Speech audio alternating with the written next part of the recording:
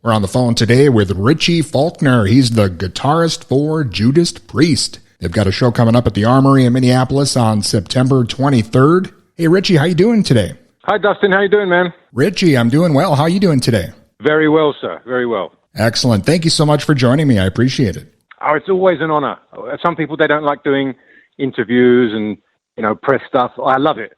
So I've learned from, the best. Just, watching Rob and, those guys do it. It's always fun. Excellent. Well, Richie, I know you guys are on the road now, and Judas Priest is coming to Minneapolis here on September 23rd. I want to talk to you about that, but first I want to ask you about this Judas Priest box set that's coming out, 50 heavy metal years of music. This has got to be the biggest box set maybe ever released. I think it is.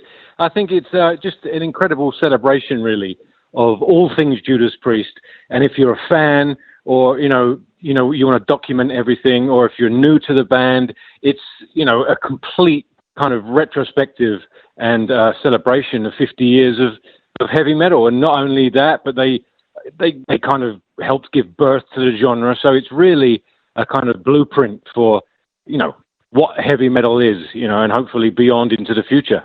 Definitely. I know there's 42 discs or something like that, and there's so many live shows, and, Priest has always been amazing on stage. It's great you'll be able to kind of follow, how the band developed through these live shows. Exactly. I mean, all the set changes have changed, and the music's changed and grown through the years, but, that DNA thread of what Judas Priest is and what they contributed to heavy metal was all the way through all those live performances, as you said, all those subtle differences in the album tones and the songs, but it's unmistakable Judas Priest. And, I can't wait to get a box set myself, and sit there for 3 weeks and listen to it all.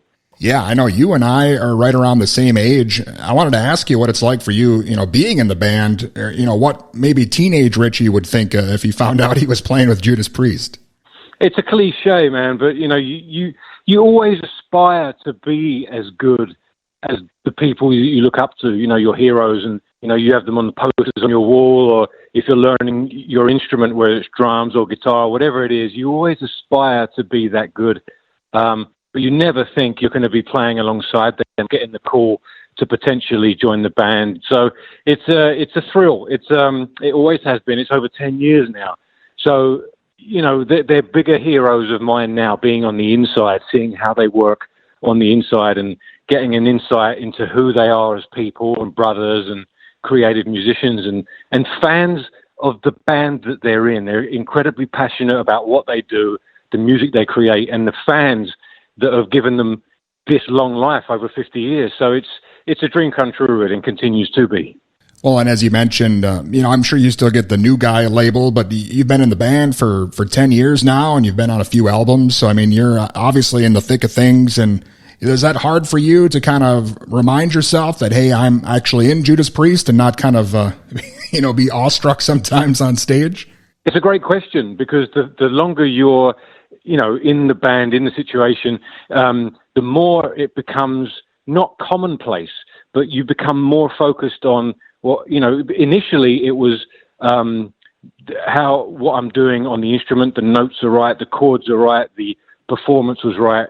And then as you sort of develop into that kind of, as we said, over 10 years, the focus becomes more about the fans, the production. What are we going to do to make it bigger, better, a better experience, a bigger show? So you kind of forget sometimes, because you're so focused on how to make it better and bigger and sound better and a better album or a better performance.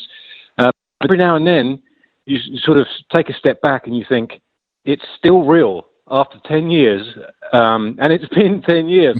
So it's a great question. That there are moments of you forget it and get your head down and join the crusade for heavy metal. And then other times you step back and really think, wow, this is still going on, and it was an honor to be considered initially, and it's an honor to still be there now. Well, and the albums that you've been on so far, especially the last one, Firepower, really kind of, call back to the days of like Screaming for Vengeance or Defenders of Faith. I was really surprised, how much it rocked. You guys definitely, even after 50 years, show no signs of slowing down.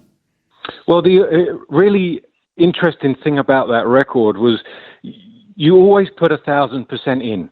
You know, some of the worst albums in history, or the most poorly perceived, I think the bands have always put 1,000% in. And my point is, you put 1,000% and you let it go, and it's kind of up to the fans to either receive it well or not. So I remember when it came out, it was just connecting with so many people around the globe when we went on tour, and to see it at the Billboard Top 10 at number 5, right smack bang in the middle of country and hip hop and pop and whatever it might have been. There was heavy metal in 2018 right at the top there.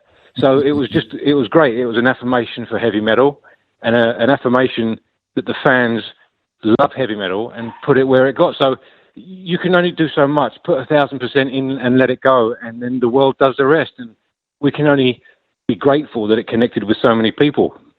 Well, and again, the box set's coming out, but I'm reading you guys are working on a new album as well. How is that going so far? It's been challenging, obviously, with everyone being split up over the last 18 months due to the pandemic. We've had some ideas for a long time now, but we were unable to obviously get together and put these ideas down in the studio. So we've got a collection of songs that are, relatively there. They take a bit of work, a bit of magic dust from the producers, and we've got to get in there and record them. But we've got a ton of stuff that we just want to get in and record. So we're really excited that hopefully we can all get together soon and get that done. So there'll be new Priest in the near future, I'm sure. Awesome. Well, how is that for you? The writing and the recording with the other guys, and especially kind of the two lead guitar approach for Judas Priest. Was that jarring for you when you first came in, or do you kind of look forward to having another guy to sort of lean on? Well, especially when it's Glenn Tipton. He was indirectly a mentor of mine when I was learning how to play guitar and playing those songs in bars and clubs around London. So, and I was always, that music, that twin guitar approach has always been in my DNA because of bands like Priest and Iron Maiden and Thin Lizzy and Metallica and all those bands. And so it was part of my DNA. So getting in the studio with a band like that, with musicians like that you can learn a lot from, you can kind of just open yourself up to the creativity, because you're not having to put on a different hat or write in a different style. You just do what comes naturally to you, because you've been brought up on that band's music for so long. So it was an incredibly natural process, an organic one, and just frees up the creativity for all sorts of ideas. So it was I've said it before, but it was just a masterclass in, what to do, how to do things, and hopefully take those lessons into the future. Excellent. Is Glenn still involved? I know he doesn't tour much anymore, but is he still involved with the writing and the recording process? Absolutely, yeah. When Glenn found out about Parkinson's, we went out on the road for Redeemer of Souls, and then after that, it got a bit too much, to be able to do the whole touring cycle, as we were all aware. But he's still got his mind, he's still got his creative ideas, and if he's having a down day where he can't, the challenge of the guitar is a bit too much, then he can still direct his ideas, and I can play them for him. If he's saying, no, we need another note there, or I'm hearing something in my head, and we can communicate that way. So the key ingredient, and we're lucky to have it, is Glenn's creative mind. So as I said, even if he's having a down day, he can still get those ideas across and be involved and, scratch that creative itch that he has, which in turn creates a better, more fleshed out Judas Priest album. Excellent. Well, I know you guys are finally back on the road and things are opening up here. And you mentioned kind of some difficulties with recording because of everything that's going on. I imagine this has got to be one of the longest touring breaks for Judas Priest in the last 50 years. Well, to be honest, we usually work on these schedules anyway. We usually do, 18 months to 2 years, of touring, and then we'll do the same again on an album cycle. And then we'll do the touring cycle again. So we're kind of used to that schedule. The only difference is that there hasn't been an album cycle. So there's been no flying to the UK, or there's been no writing, or there's been no promotion for a new record, and none of that machine. So that's been weird on that sense. There's been absolutely nothing for the last 2 years. But yeah, as far as touring goes, we did a show in England last week now, and it was just, I don't know, man, it was just a celebration for everyone. Like, we were back, and when I say we, I mean the world, you know, the fans, the bands, the music, live music, we were back. And it was an incredibly emotional moment. So hopefully that continues now and into the future. Awesome. Yeah, I know you're coming to Minneapolis at the Armory, September 23rd. I saw you guys there last time you came through, and it was amazing. Are you going to have maybe any new surprises with the set list or anything maybe you're shaking up this time around? Well, it's incredibly hard now to keep anything under wraps. You know, I remember, you know, back in the day when the band came through town, you had no idea what the set list was. You had no idea what was going to happen, you know, with the production. But nowadays, with the internet, you do one show, everyone knows everything.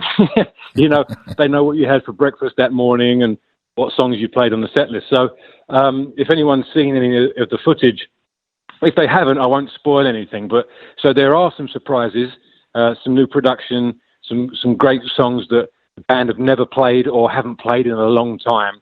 I don't want to give anything away for people that haven't seen anything.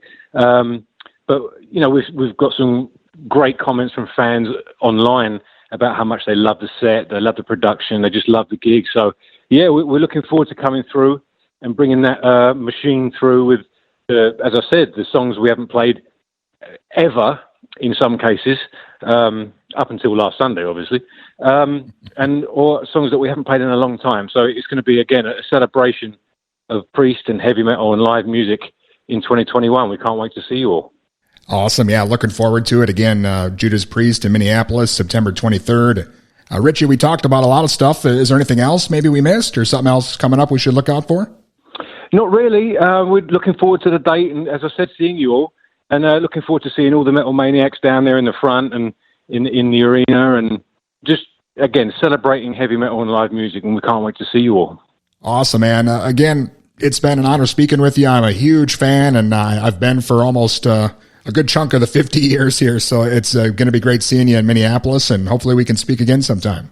Fantastic, man. Looking forward to it. See you soon, man. Bye now.